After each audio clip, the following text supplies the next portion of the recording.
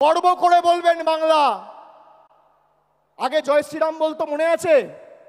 ঠেলায় না পড়লে বেড়াল গাছে ওঠে না। এখন বলছে জয় মা কালী, এখন বলছে জয় মা দুর্গা।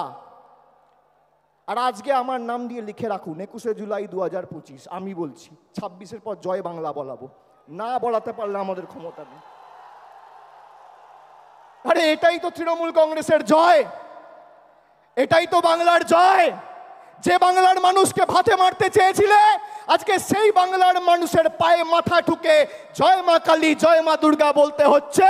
এটাই বাংলার 12 কোটি কৃষক, শ্রমিক, যুবক যুবতীদের জয়, তপশিলির জয়, আদিবাসীর জয়, জনজাতির জয়, কৃষকের জয়, শ্রমিকের জয়, বাংলার কৃষ্টির জয়, ঐতিহ্যের জয়, সংস্কৃতির জয়।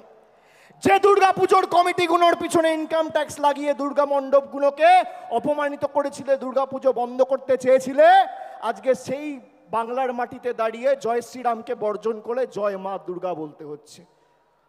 আর 10 মাস তারপর জয় বাংলা বলবে।